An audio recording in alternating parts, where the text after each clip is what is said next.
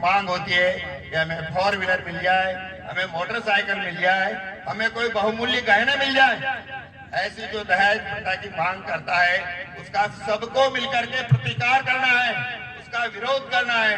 हमारा समाज गरीब है तो हमें अपनी हैसियत के अनुसार हम अपनी बहन बेटियों को देना पसंद करेंगे, लेकिन ये नहीं कि हम किसी की डिमांड पूछ लगाए और उन बहन बेटियों का भविष्य बिगाड़ने का प्रयास करें।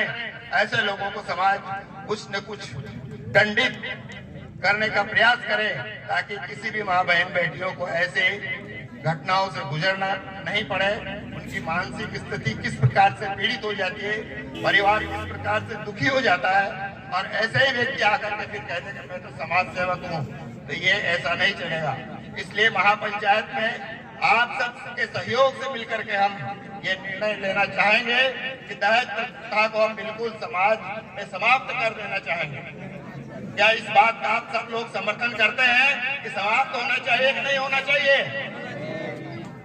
और जो भी कोई भविष्य में अगर दहेज मांगता है तो आप उसका डट करके मुकाबला करें और समाज के सामने लाएं। अपने आचरण को सुधारना होगा।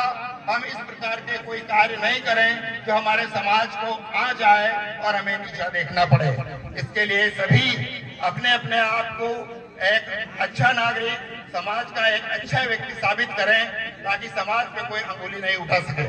ये निर्णय हमारी इस महापंचायत में लेने का प्रस्ताव रखा गया है कि हम समाज में वो कार्य करें जो सबके लिए आदरणीय हो, और जो निंदनीय कार्य है उसका हम बहिष्कार करें और उसको एक सामाजिक दंड से गुजरना पड़े। ऐसी व्यवस्था हमारा समाज को देनी होगी, तभी समाज में ऐसे कृत्य रुकना बंद होगा। एक बड़ी बात आती है, हमारे जो समाज के महापुरुष हैं उन सम्मान करें, आदर करें, और जहां कहीं भी इस प्रकार के हमारे समाज के जो महापुरुष हैं उनके ऊपर अभद्र टिप्पणियां होती है तो उसका समाज में प्रचार प्रसार कराएं, चिंतन करें, मंथन करें, विरोध करें, और आने वाले को हम चेताएं कि भविष्य में इस प्रकार की अगर कोई बात होती है तो पूरा समाज एकजुट होगा और बार बार ऐसी टिप्पणियां समाज के सामने नहीं आना चाहिए। मौका आया तो पीछे नहीं हटे, उनकी सारी टीम साथ है और उनको साथ देने का काम भी आप सब लोगों को करना है, क्योंकि हमारे समाज में एक ऐसे युवा नेता की आवश्यकता है। ऐसे ही महिला युवाओं में भी हमें आवश्यकता है, क्योंकि हमारी आधी आबादी महिलाओं की है। अगर महिलाओं में भी इस प्रकार का सशक्तिकरण, एक नेतृत्व आपके सामने उभर के आ रहा है तो हमें उसका स्वागत करना चाहिए और आगे बढ़ाना चाहिए। बंधुओं, भाइयों, बहनों का मेरा राम राम। आज जो आरक्षण वर्गीकरण का जो मुद्दा चल रहा है, सम्मान करता हूं। साथ में हमारे बीच में भील समाज के जितने भी बंधु, इतिहास में जो कुछ घटनाएं घटी है और कैसे हमारा समाज उसमें भाग लिया और कैसे हम लोग आगे बढ़े, उसके बारे में दो शब्द बोलूंगा। भारत माता की जय, भील समाज जिंदाबाद। साथियों, इतिहास की दो घटनाएं आपको याद करनी है। आज भाई अरविंद भील ने जो ये महापंचायत रखी है, इसको मैं इतिहास की दो घटनाओं से जोड़कर बताता हूं। पहला है सीता का हरण जो रावण के द्वारा किया गया, और दूसरा है द्रौपदी का चिरहरण जो कौरवों और दुशासन और दुर्योधन के द्वारा किया गया।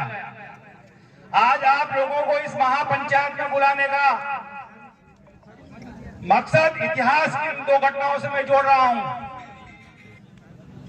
हमारे समाज का आरक्षण सीता के हरण की तरह हरण किया जा रहा है, द्रौपदी के चिरहरण की तरह चिरहरण किया जा रहा है, और हम चुपचाप भीष्म पितामह, धृतराष्ट्र और बाकी के कौरव पांडव जैसे बैठे हुए हम लोग देख रहे हैं। हमारे बच्चे बिलक रहे हैं, पढ़ लिख करके बेरोजगारी के दंश को झेल रहे हैं।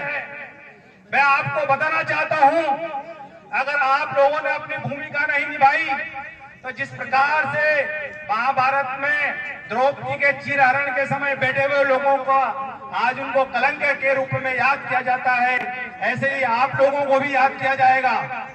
इसके लिए आप लोगों को ये जो द्रौपदी का चीरहरण हो रहा है, सीता का जो हरण हो रहा है, उसको बचाना है। इस विदेशों में पढ़ रहे हैं वो इस सारे आरक्षण का आप फायदा उठा रहे हैं।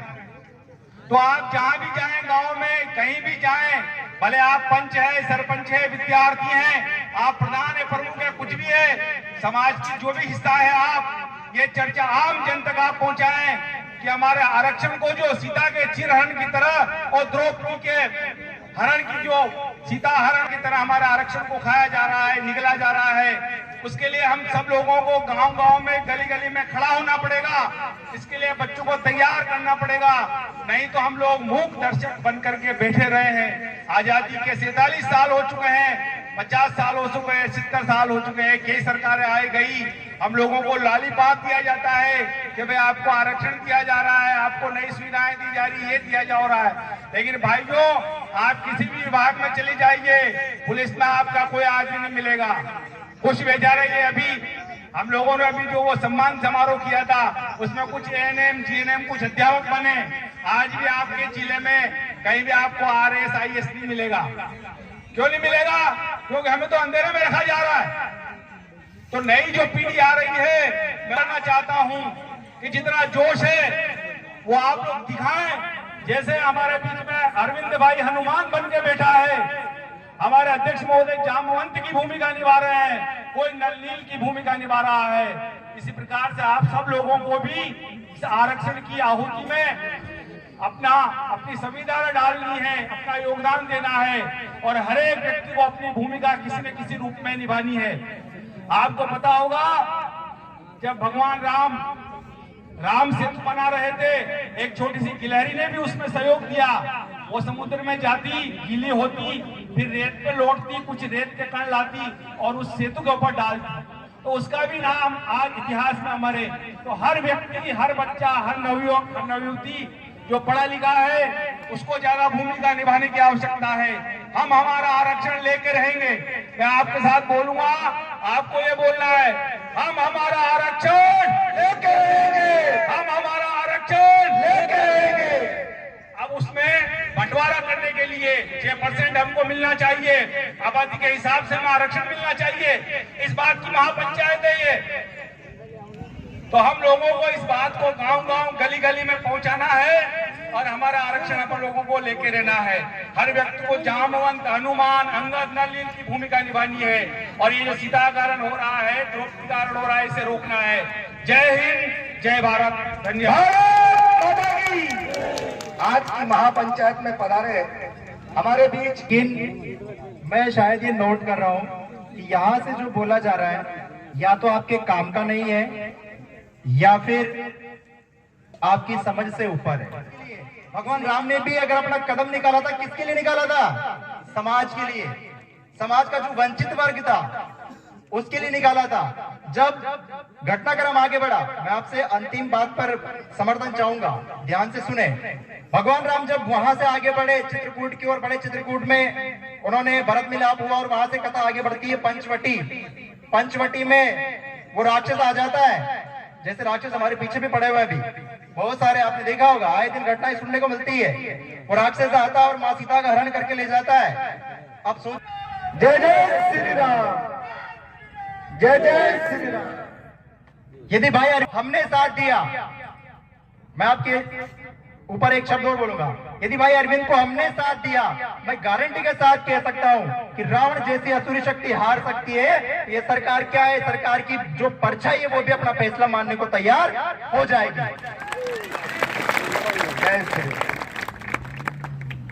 ये था थोड़ा सा जो यह समाज चल रहा था, श्री राम कर रहे हैं, सब कुछ कर रहे हैं। बताओ उन सबकी वजह से क्या हुआ? समाज बदनाम हुआ, मेरी वजह से हुआ। मैं युवा हूं, कल से मैं ही वरिष्ठ नागरिक बनूंगा। मैं दारू की लत को आगे बढ़ाए जा रहा हूं, मेरी वजह से समाज बदनाम हो रहा है। भाई एक बात सोचकर देखो, क्यों नहीं यार मैं दारू छोड़ दूं? समाज तो अपन ही बनाएंगे, ऊपर तो थोड़ी टपक रहा है समाज, समाज तो हम सब मिलकर बनाएंगे। तो ये जो कुप्रथा है, दारू और भी जो आलतू फालतू